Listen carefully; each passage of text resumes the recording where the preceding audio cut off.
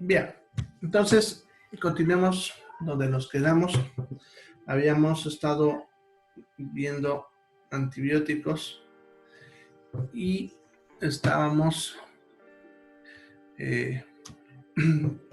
vimos, perdón, ayer hasta el cloramfenicol, ¿no? Los cloramfenicoles. Hoy empezaremos con los aminoglucósidos. Ya. Los aminoglucósidos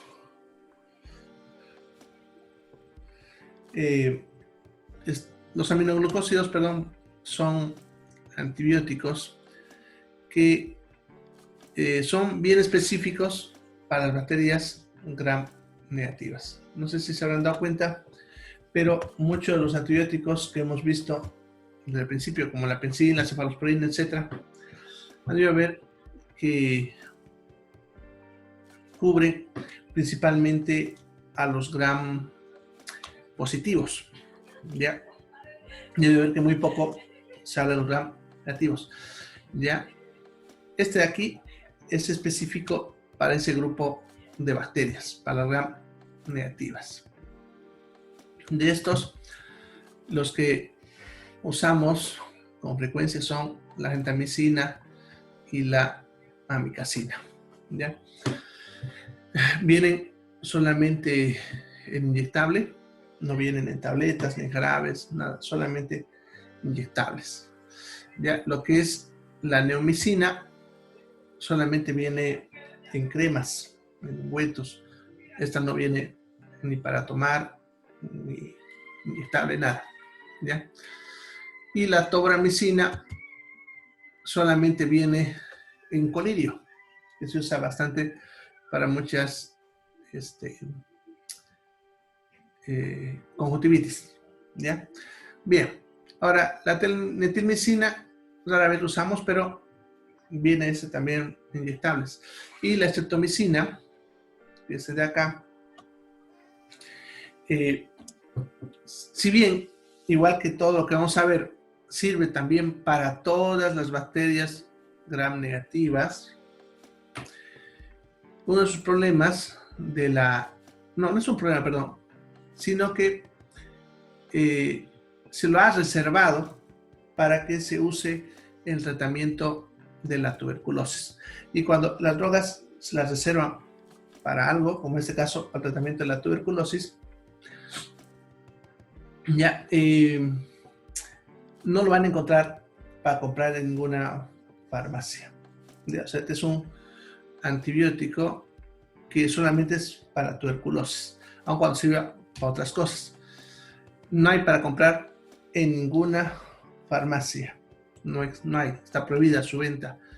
¿Ya? Y solamente le encontraríamos en algún centro de salud cuando un paciente es diagnosticado de tuberculosis, ¿no? Entonces, cuando un paciente se le ha diagnosticado de tuberculosis, recién se le indica este medicamento y en el centro de salud se le va a dar de forma gratuita, ¿ya? Por ese motivo, la streptomicina no la van a encontrar en ningún centro de salud. Eso hay que tenerlo, perdón, en ninguna farmacia, ¿ya? Eso tomarlo para que lo tomen en cuenta, ¿ya? Bien. En cuanto a las contraindicaciones, hay que tener en cuenta que estos antibióticos también son específicos en cuanto a su toxicidad, ¿ya?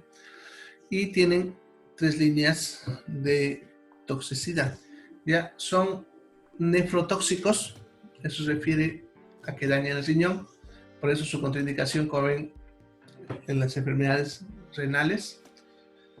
Son ototóxicos, que significa que dañan el oído, y por eso también está contraindicado en enfermedades auditivas. Y son neurotóxicos, ya que eso significa que producen daño al sistema nervioso. Y por eso, como ven, está contraindicado en las enfermedades del sistema nervioso. ¿Ya? Entonces, sus líneas de toxicidad estarían sobre esa línea, ¿ya? Y sus efectos adversos también van sobre esa línea de toxicidad. Puede haber falla renal, que eso se debe a su toxicidad a nivel renal, como decía, ¿ya? Puede haber hematuria, que eso es cuando se orina con sangre. Ya, la hematuria es cuando uno orina con sangre. Bien, esos dos se deberían a la toxicidad renal, ¿ya? Lo que es los mareos, el vértigo, el tinnitus, la pérdida auditiva, que es irreversible en este caso, se debe a la toxicidad del aparato auditivo, perdón, ¿ya? Ahora, lo que es la ataxia, la neuropatía periférica, las pérdidas de sensibilidad, parestesias, paresias, fasciculaciones, convulsiones, ya, esas se deben al daño del sistema nervioso, ¿ya?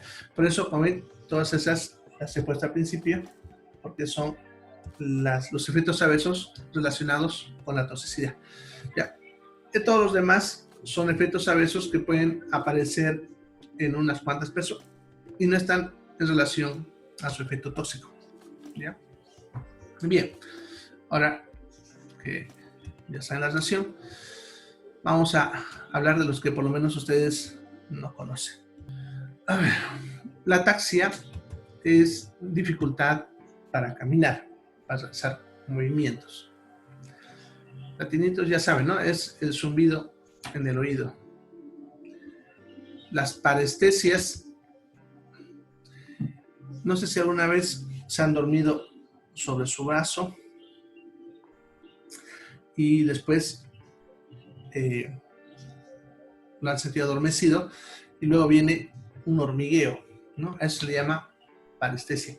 Claro que en este caso aparece sin que ustedes hayan dormido en su brazo, sino en cualquier parte del cuerpo y sin motivo. Ya, la paresia es cuando hay pérdida de fuerza, ya pierde la fuerza una parte del cuerpo. Las fasciculaciones es cuando los músculos se sacuden, tiemblan, pero no es convulsión y tampoco es un temblor, sino se ve que el músculo se contrae, no sé, una vez han sentido de repente que su párpado se quiere mover, pero no se ve ese movimiento, ¿no? Es una fasciculación. Ya, letargo es moverse lento. Después, a ver, otro. Bien, creo, alopecia, bueno, yo no sé si saben, pero alopecia es la caída del pelo, ¿ya? Bien, estos efectos adversos pudiesen aparecer cuando uso estas drogas. Ahora, sin embargo, a pesar de todo eso, son drogas bastante seguras. Si se calcula bien la dosis y no se usa por más del tiempo recomendado, muy rara vez se suele ver cualquiera de esos efectos adversos. Sin embargo, hay que tomar en cuenta el hecho de que si el paciente ya tiene una enfermedad, ¿no? Como por ejemplo si él tiene daño renal, al darle esto empeoraría ese daño renal. Lo mismo con la parte auditiva y el sistema nervioso. Ahora, estas drogas, interesantemente, actúan a la inversa de lo que se supone normalmente. Normalmente con cualquier otro medicamento van a ver que a los niños se les suele dar menor dosis por kilo peso que el adulto. Sin embargo, estas drogas suelen ser a la inversa. Los niños reciben más dosis por kilogramo de peso que el adulto. Eso no sabe muy bien por qué es el mecanismo así en los niños, pero se cree que probablemente tenga que ver con el hecho de que los riñones están en buenas condiciones. Ya, bien, entonces serían los de este grupo de antibióticos. Vámonos al último grupo. Doctor, Sí, una consulta. Hay un antibiótico que se usa para los abscesos, ¿no? ¿Cuál es ese que se le colocan para que madure y reviente solo? ¿para quemadura?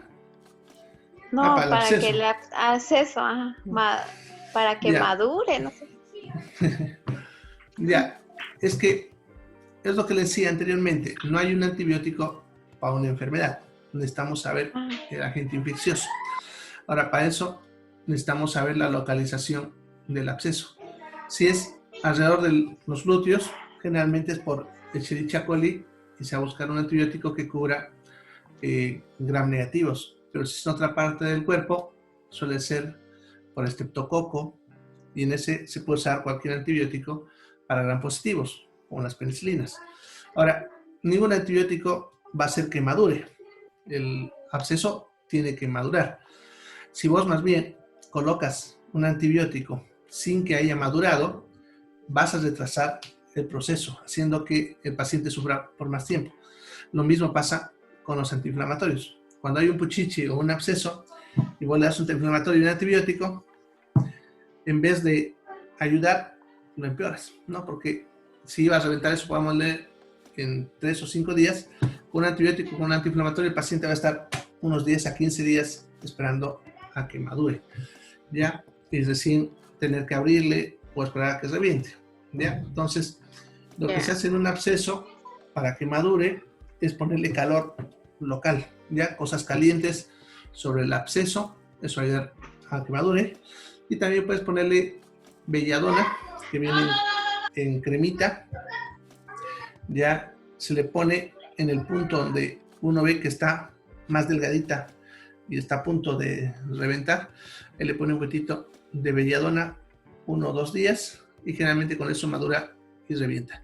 Ahora, ni bien reviente, se tiene que empezar el antibiótico. Ya puedes usar algún antiinflamatorio para que le calme el dolor. Ahora, si ves que es un absceso de esos muy profundos, porque hay algunos que por más que le coloques belladona y calor, no va a reventar porque es muy profundo, ese forzosamente tiene que ser abierto, ¿no? Con bisturí, porque no hay de otra. ya. Bien. Entonces vamos a ver ahora los antibióticos que inhiben la síntesis de ácidos nucleicos. O sea, estos antibióticos bloquean la producción de ADN y ARN, que de esta manera no se pueden reproducir, ¿no? Porque para reproducirse necesitan producir ADN y ARN, y esto bloquea la producción de esas drogas, ¿ya? Empezaremos con los nitroimidazoles, ¿ya? Bien, los nitroimidazoles son, como ven, el metronidazol, el tinidazol, el cinidazol y la rifampicina. Bien, de estos, el que más usamos es el metronidazol, para lo que vemos acá, ¿ya? Porque, por si acaso, como ven, ahí no le he puesto contraindicaciones ni efectos adversos, no porque no lo tengan, sino porque el metronidazol, tinidazol y el cinidazol, si bien son antibióticos, también son antiparasitarios. Y lo vamos a estudiar en otro tema cuando veamos antiparasitarios. Aquí solamente vamos a ver la parte de antibiótico, ¿ya? Entonces, como antibiótico, ya el que más se usa sería el metronidazol, ¿ya?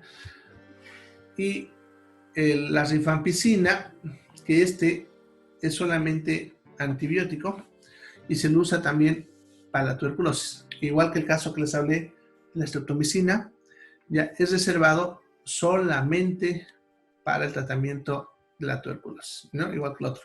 No sirve, bueno, sirve, solamente no lo vamos a usar para otra cosa que no sea la tuberculosis, ¿ya? Ahora, estos antibióticos se van a usar para las infecciones producidas por bacterias anaeróbicas, como el Clostridium perfringens, Clostridium tetani, Botulinum difficile, etc. Los que producen la gangrena, el tétanos, ¿ya? Para tratamiento de esas infecciones, ¿ya? Pero como les dije, vamos a profundizar más cuando veamos en antiparasitarios, vamos a hablar de esto, ¿ya? Bien, las quinolonas. Bueno, las quinolonas son antibióticos, ¿ya? Entre los cuales tenemos el ácido analítico, la ciprofloxacina, norfloxacina y levofloxacina. Todos se usan bastante, ¿ya? Sin embargo, hay que aclarar que el único que se usa para niños es el ácido nalidíxico, ¿ya? Después, todos los demás solamente se usan en adultos. Y eso es porque todavía no hay estudios sobre cómo sería su efecto en niños, ¿ya? Entonces, por ese motivo, los otros todavía no se usan en niños, ¿ya? Solamente el ácido nalidíxico. Ahora, estos son efectivos principalmente contra gram negativos, ¿ya? Por eso también van a ver que se usa bastante en las infecciones urinarias, que la mayoría de las veces se producen por bacterias gram negativas, ¿no? A menos que ustedes van con una cistitis a la farmacia, seguro les van a dar norfloxacina, ¿no? Que es uno de los que más se usa para esto. Ahora, sin embargo, si bien son más específicos para lo que es las bacterias gram negativas, sirven, por ejemplo, la ciprofloxacina abarca unas cuantas bacterias gram positivas. Sin embargo, no es tan específico para ese grupo.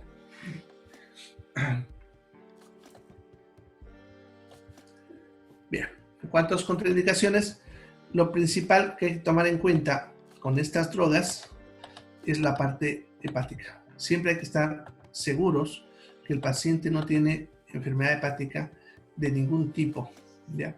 Eso porque estas drogas tienen metabolismo y expresión hepática, ¿ya? Entonces, si tiene una enfermedad hepática, ya puede llegar a producir la falla hepática o acumularse la droga produciendo más efectos adversos o efectos tóxicos, ¿ya? Entonces, lo más importante, la enfermedad hepática. En cuanto a embarazo y lactancia, simplemente porque, como decía rato, igual que en los niños, no se tiene todavía un estudio claro sobre su uso en estas edades, ¿no? Bueno, en cuanto a los efectos adversos, lo más frecuente, dolor abdominal. Y eso es bien frecuente. Por ejemplo, la ciprofloxacina en los adultos, principalmente cuando tienen gastritis y no lo sabían, les suele producir dolor abdominal, ¿ya? Y el ácido nalidíxico en los niños también. Siempre hay que advertirle a los padres, ¿no? Sin embargo, no es necesario retirar el antibiótico. Se le da un antiespasmódico, como los que hemos visto, Viadil, Cetal, alguno de ellos, y con eso generalmente el dolor alivia, ¿ya? Es un efecto adverso molesto, pero controlable, ¿ya? Bien, la falla hepática se ha hecho en pacientes que tienen problemas hepáticos, ¿no? Puede producir dolor de cabeza y gastritis en algunas personas. En ese caso, lo que hacemos también no es necesario retirar la droga, simplemente le damos el omeprazol o la xanthidina o alguno de los que hemos visto cuando digo farmacología, el aparato digestivo, ¿ya? Ahora, el efecto adverso que es más preocupante es este: ruptura de tendones, ¿ya? No es que rompa los tendones, sino que altera al colágeno, que es uno de los componentes principales de los tendones, los ligamentos y los cartílagos, ¿ya? Ahora, sucede cuando se está tomando estas drogas, el colágeno se vuelve muy inestable, ¿ya? Y los tendones necesitan tener estabilidad, principalmente algunos tendones como el tendón de Aquiles, que es uno de los que más trabajo en el cuerpo recibe, ¿no? Al caminar principalmente, ¿ya? Entonces, podemos decir que los tendones estructuralmente están débiles, ¿ya? No pasaría nada, pero si esa persona hace algún sobreesfuerzo en ese tendón, el tendón se puede romper, ¿no? Y eso es un problema porque después, para reparar un tendón, hay que operar, bueno, y juntarlo, ¿no? Y a veces no junta bien, lo cual haría que luego tenga problemas para realizar movimientos o volver a operar, ¿no? Ya, entonces, por eso está esa precaución. Si bien cualquiera de ellos puede producir eso, es raro en la mayoría. El que más frecuentemente es la levofloxacina, ¿ya? Entonces, principalmente con ese hay que tener cuidado. Y simplemente para eso hay que pedirle al paciente que mientras consuma esta droga no realice ningún tipo de actividad física intensa, ¿no? O sea, que no ponga en riesgo sus tendones. Ya, incluso a nivel de los libros o los estudios, solamente dice durante el uso. Sin embargo, yo, por seguridad, les recomiendo a mis pacientes que una semana más, ¿no? De que terminen de usar, una semana más para que haya estabilidad, ¿ya? Bien, eso sería entonces con lo que son las quinolonas. Bueno, y el último grupo de antibióticos serían las sulfas. Ya, las sulfas son un grupo de varios antibióticos que se usaron bastante hasta casi los 90, ¿ya? Sin embargo, por diferentes motivos han ido entrando en desuso, ¿ya? Como por ejemplo el sulfatiazol, que ya no se usa, sin embargo, todavía lo encuentran en polvito en algunas farmacias y algunas personas lo usan para poner en las heridas, ¿no? ¿Ya? Pero ya han entrado en desuso. Sin embargo, hay dos que todavía se usan. El sulfametoxazol, que vamos a hablar ahorita de él, que se usa combinado con otro antibiótico, que ahorita vamos a ver con cuál, y la sulfadiazina, ya que aquí, como ven, no le he puesto nada, porque la sulfadiazina, que en realidad viene combinado con plata, se llama sulfadiazina argéntica, ya se usa solamente en cremas, ya por eso no he necesitado ponerle nada, porque sus efectos en cremas suelen ser recontra raros, ¿no? Además, con este nunca he conocido un efecto adverso, ¿ya? La sulfadiazina argéntica viene en un solo producto, el Quemacurán. No sé si alguna vez tiene la oportunidad de colocarse. Ya, el Quemacurán es una crema que usamos en las quemaduras, cuyo componente principal justamente es la sulfadiazina argéntica. En este caso, se usa para generar una capa de protección en la quemadura y así no sea atacado por bacterias, que es lo que más ataca a los pacientes quemados. Pero además de esa propiedad, forma una pasta que cuando se va secando forma una capa de protección sobre la quemadura.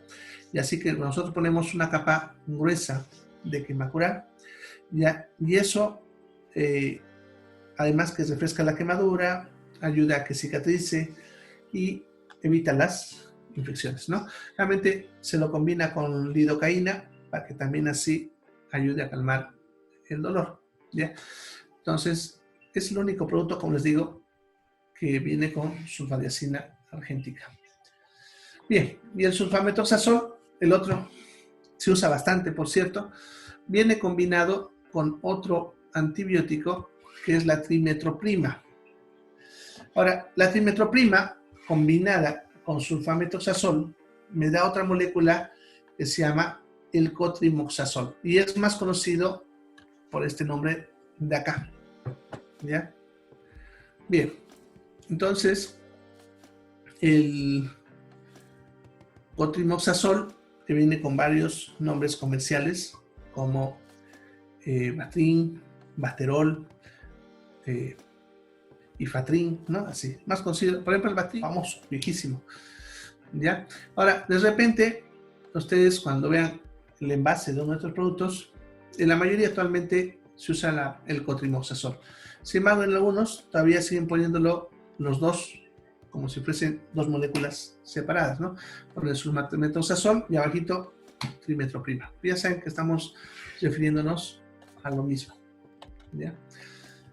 Bien, este también es otro que sirve principalmente para bacterias gram negativas. Sin embargo, se ha observado que puede también servir para bacterias gram positivas.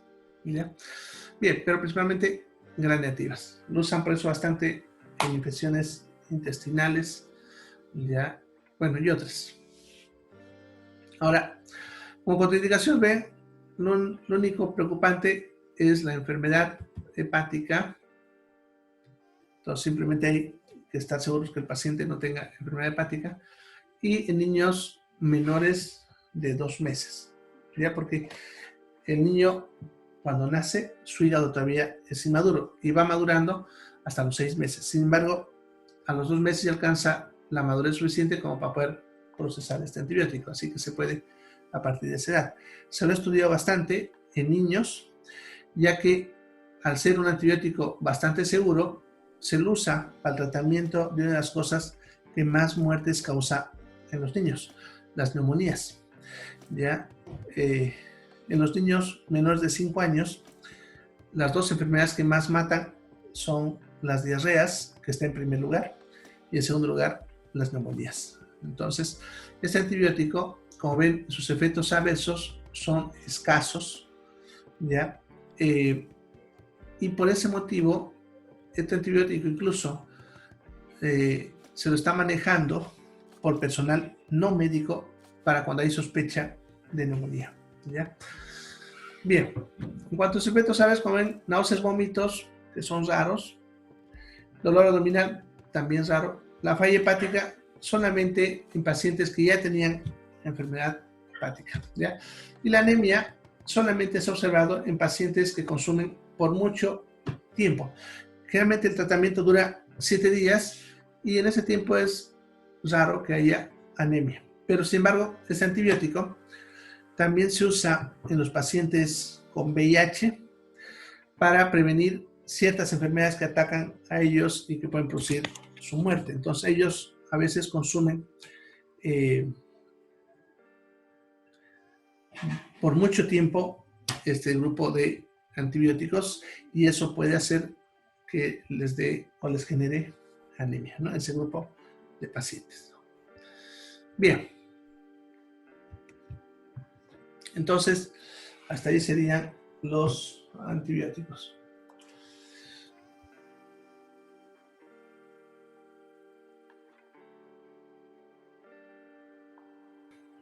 Bien, entonces, no se olviden que cuando uno habla de antibióticos, no hay eso de que hay más fuerte o mejor, eso no existe, sino hay antibióticos más específicos para lo que se necesita, ¿ya?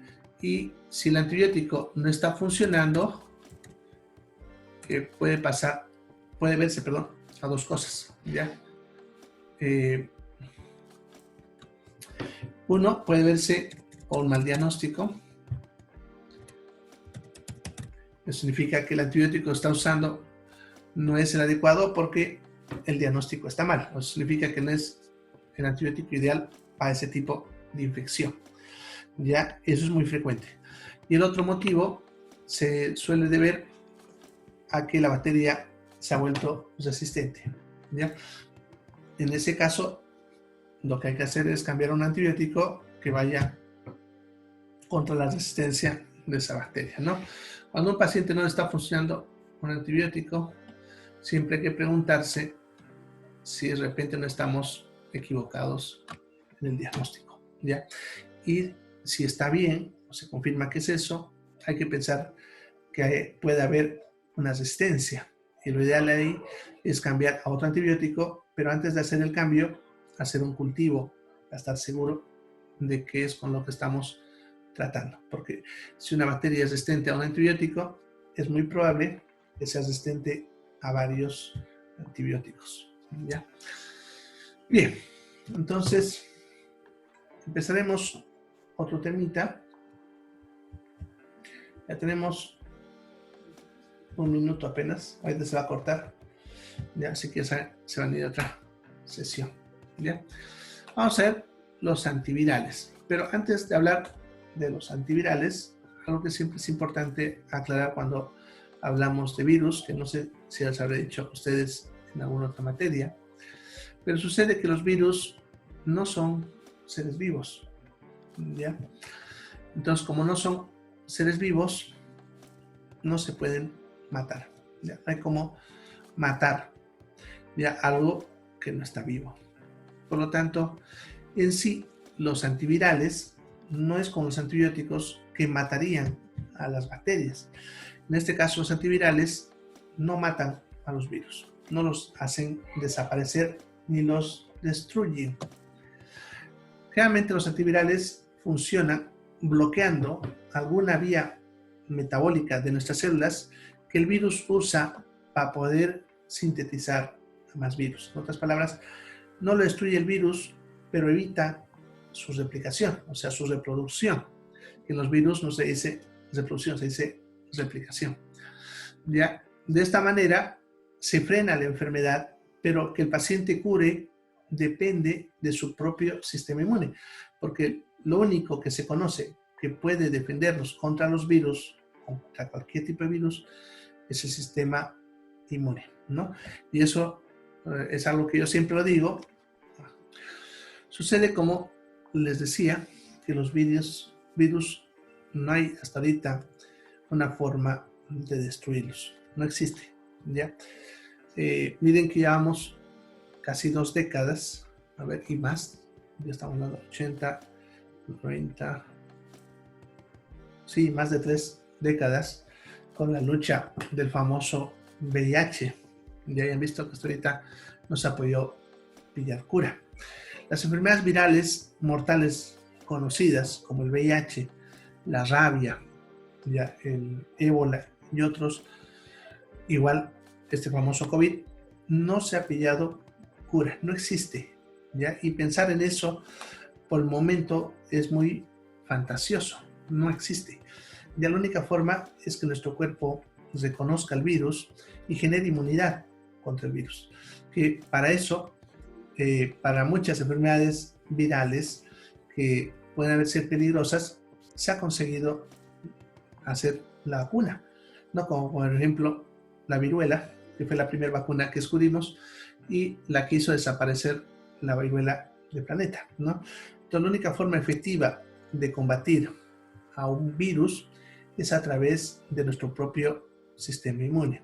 Y para eso están las vacunas, que obviamente tardan bastante tiempo en producirse y a veces no se consigue producirlo. Por ejemplo, de VIH, hasta ahorita no se puede pillar una vacuna, ya han visto. El COVID, están apareciendo varias alternativas que han ido a ver en la televisión o en las noticias, pero ninguna todavía se aprueba en humanos, lo cual significa que puede que tampoco lleguen a funcionar, ¿ya? Que eso pasó, por ejemplo, con el VIH. Se han sacado varias formas de producir vacuna y al final ninguna llegó a funcionar, ¿no? Hasta ahorita se sigue haciendo lo mismo. Y lo mismo pasaría con el COVID, ¿ya?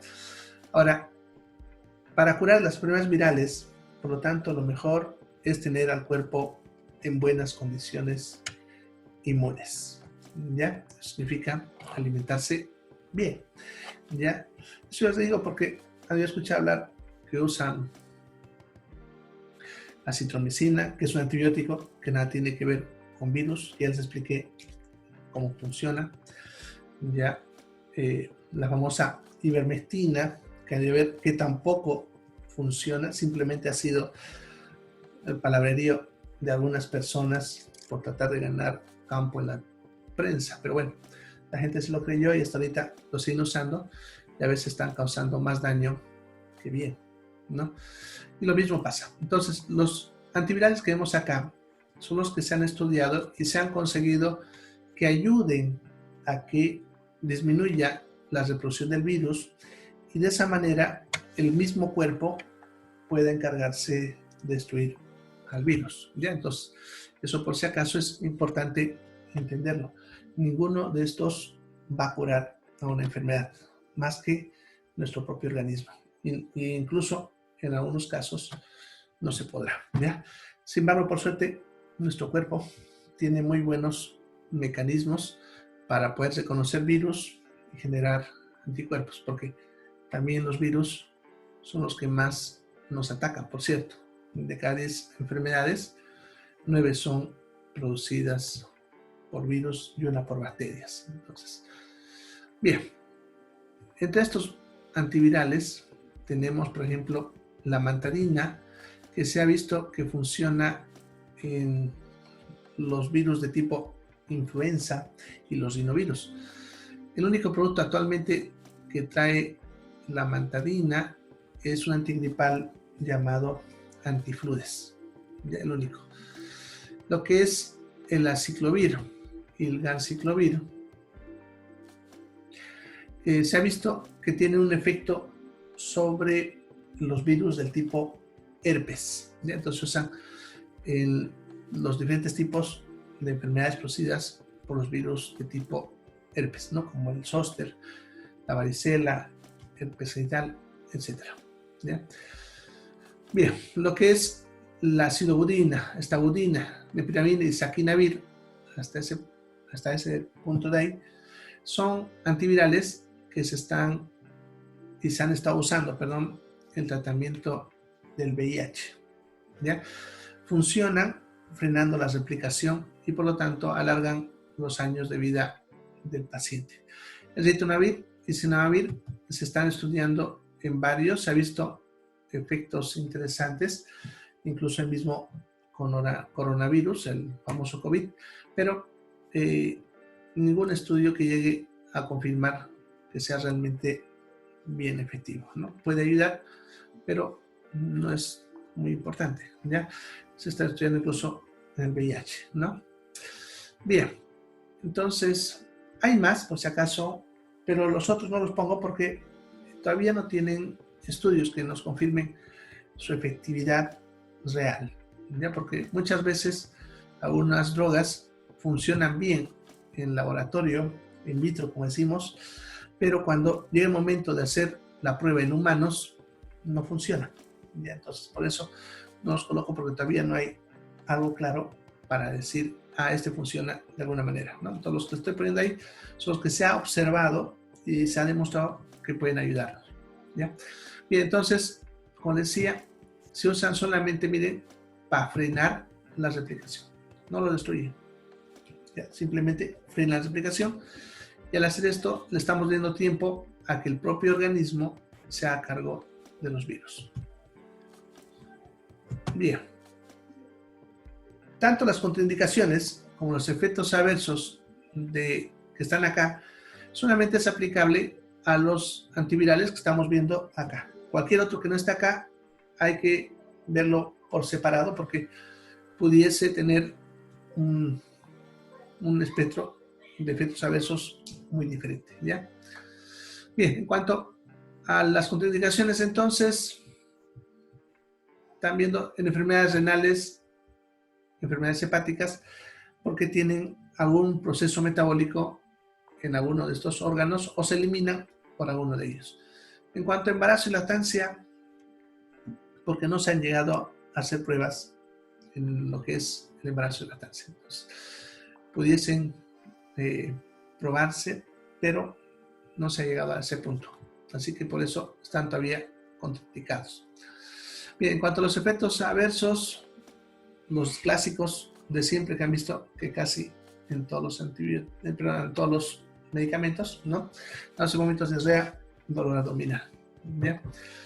Bien, pueden producir letargo, que es, si se acuerdan, es moverse un poco más lento, como en cámara lenta, como decimos, o nubilación, que por si acaso aquí se me ha ido la U, está por demás, es obnubilación, quítenle esta U, sin esa U, ya, obnubilación, que es un estado en el cual el paciente está como queriendo dormir y su mente está con respuesta más lenta, como atontado, confundido. pero responde. Ya, puede haber temblores, confusión, alucinaciones de diferentes tipos, tanto visuales, auditivas y de otros tipos. Ya, a ver, bueno, y todos los demás ya son más raros, ¿no? Bien, la disuria es dolor o ardor al orinar. La diaforesis es transpirar más de lo normal. ¿Ya? A ver, la fiebre. Bueno, no es frecuente, pero hay que tenerlo en cuenta por lo que le expliqué cuando hablamos de las drogas que pueden producir también fiebre, ¿no? Nos puede dar una idea, pero una falsa idea de que está mejorando o está empeorando, perdón. ¿Ya? Bien, falla hepática y renal si el paciente de repente ya tenía alguna alteración de este tipo. ¿Ya? Bien, a ver, colocarle sal a los enfermos con COVID, no funciona. Es lo que le decía, ¿ya? Muchos están haciendo montones de cosas, de todo. ¿Ya? Si bien algunas cositas alivian, ¿no? Por ejemplo, eucalipto no cura a la enfermedad viral, pero obviamente, como es un expectorante, va a ayudar a aliviar los síntomas del paciente. Entonces el paciente se va a sentir mejor, pero no va a curar, ¿ya? Y si ese paciente iba a empeorar, independientemente del eucalipto, lo va a hacer, ¿ya? O sea, le den eucalipto o no, igual él iba a empeorar, ¿ya? Y lo mismo con otras cosas, ¿ya? En cuanto a la sal, es lo mismo.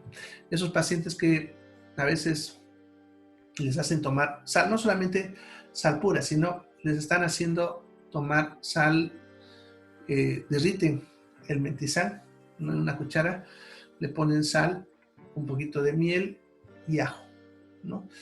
Eso, al entrar en la garganta, lo que hace ya es actuar como un expectorante. ¿Ya? Va a hacer que el paciente, si su garganta estaba seca, empiece a humectarse, ¿ya? Y obviamente eso alivia los síntomas, entonces, pero no lo cura, ¿ya? Y como les digo al rato, ¿no? Si se va a poner mal, igual lo va a hacer con eso, ¿ya? Así que si ven que algo le alivia, lo pueden usar, pero no hay que tener la esperanza de que eso lo va a curar, porque ese es un error, ¿ya? Ahí pueden poner sal o hacerle tomar sal, pueden hacerle oler eucalipto, usar vapores de manzanilla con mentizán, eucalipto, o poner lo que están poniendo también,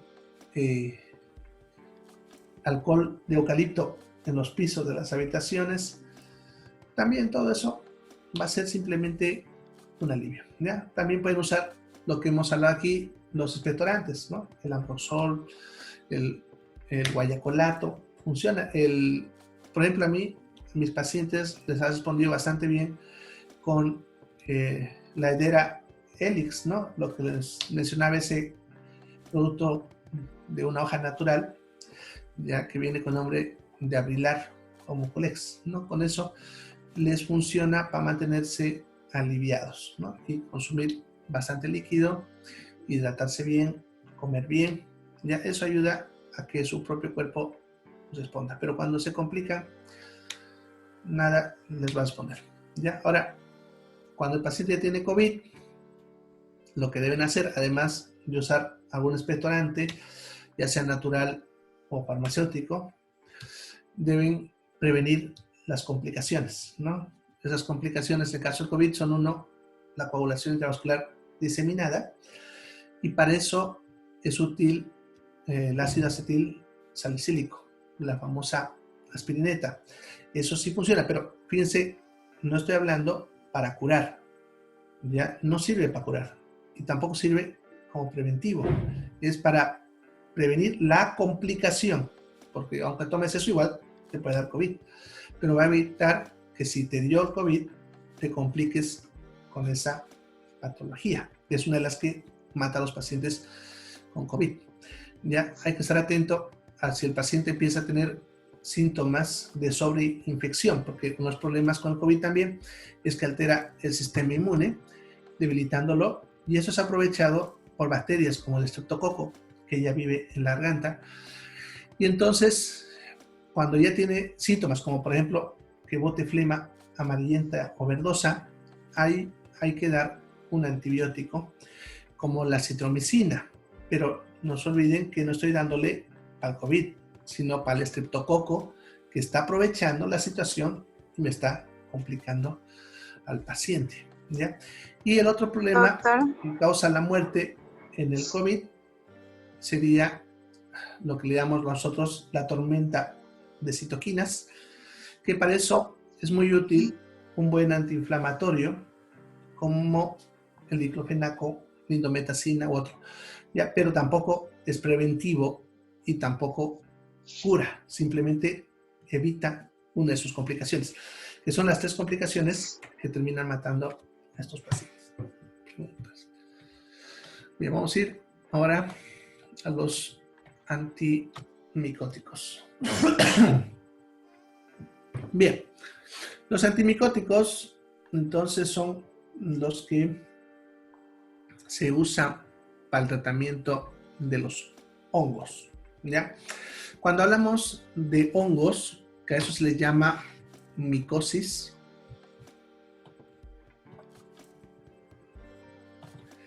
¿ya?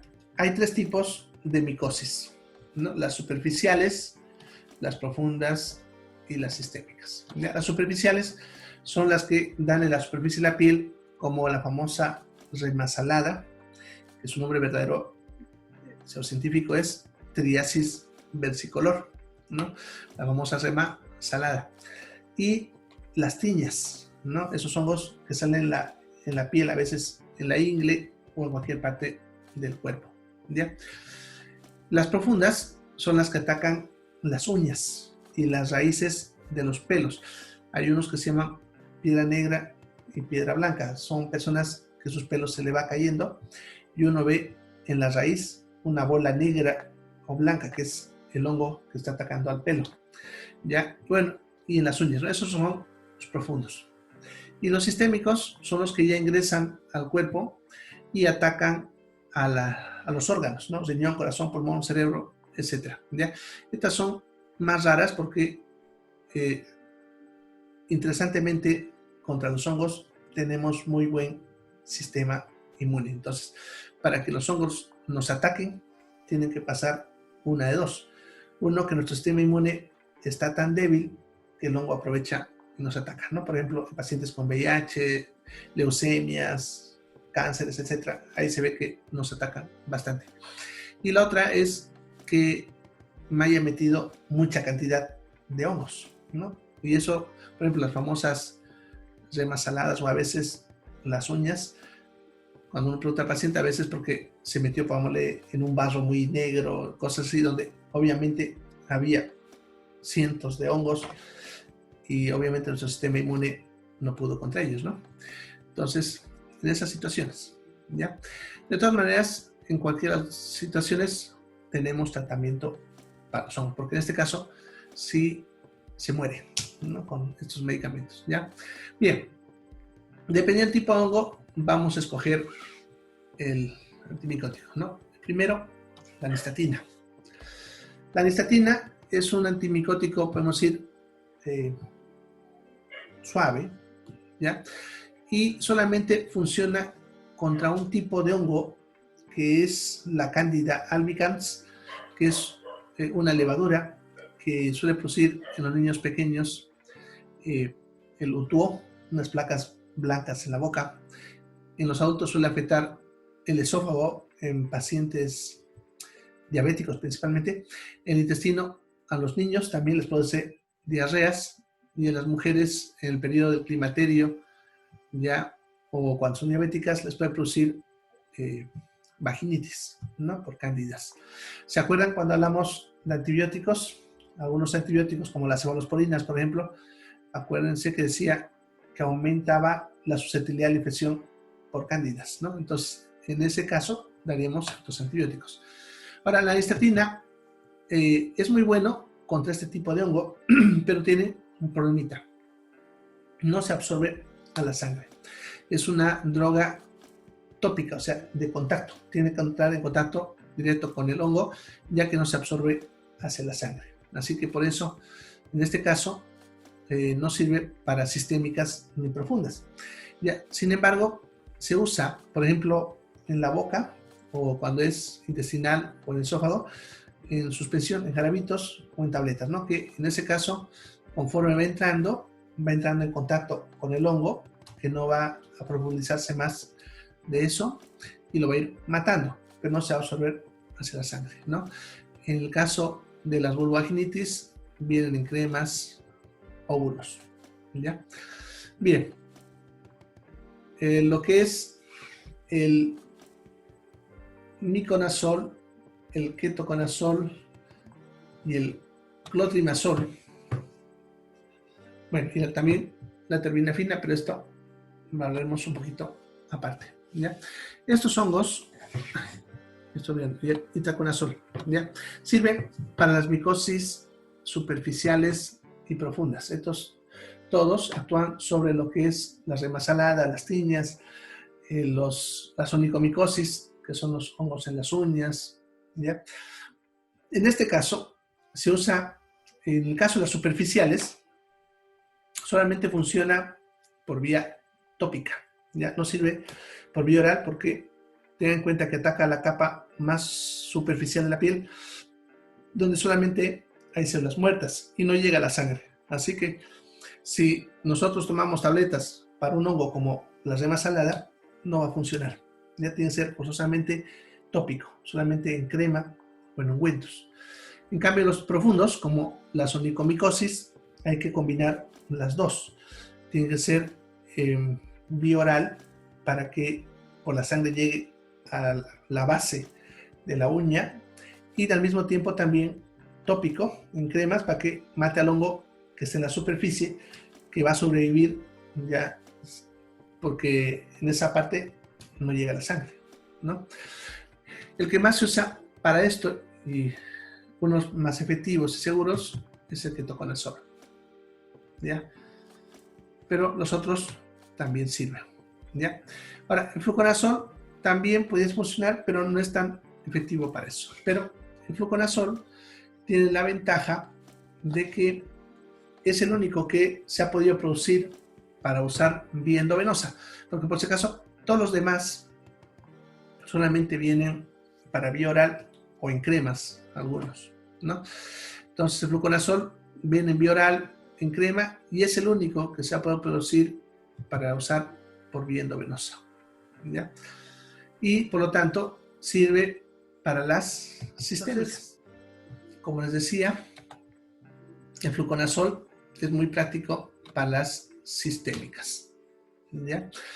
Ahora, lo que es la caspofungina y la gliciofulvina y la flucitosina, ya son un poquito más tóxicas, son más difíciles de manejar, necesitan supervisión. Por lo tanto, solamente se las usa cuando la micosis es bastante severa, agresiva, o el hongo ya se volvió resistente, porque también puede pasar. Y eso justamente por lo que les mencionaba. Hay pacientes que, por ejemplo, van a la farmacia, se compran, por decirles, clotrimazol. Usan unas 2, 3 semanitas, ¿no ve? Y como no les funcionó, lo dejan. Y luego prueban con ketoconazol y luego con, así. No está así, nunca completan el tratamiento y obviamente están haciendo al hongo resistente, ¿ya? Bien. En cuanto a las contraindicaciones, lo principal y lo más importante, la parte hepática. Todos estos se metabolizan por la parte hepática. Entonces, un paciente que va a consumir este tipo de antibióticos o de drogas debe estar seguro que no tiene enfermedad hepática. Por eso siempre es bueno hacer una valoración médica, ¿ya? Pero esto solamente es cuando se usa por vía oral. Ya no estamos hablando en tópico. Por ejemplo, a la rema salada o lo que es la tiña, como solamente es tópico, no necesita ver si tiene enfermedad hepática o no, porque no se va a absorber. Así que en ese caso no se aplica. Pero si va a consumir en tabletas, ya debemos estar seguros que no tiene enfermedad hepática. Y como los tratamientos suelen ser prolongados, también nos diciendo que van a tener que usar a veces varios meses, entonces se debe controlar por lo menos una vez la función hepática. O sea, esto sería bueno siempre que lo maneje el personal médico para que le haga el seguimiento. ¿Ya? Bien, dice, ¿funciona para el pie la terbinafina?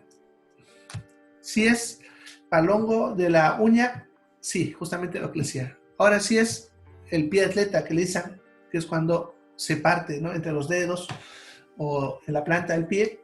En ese caso es mejor solamente tópico, y en eso el mejor es el ketoconazol.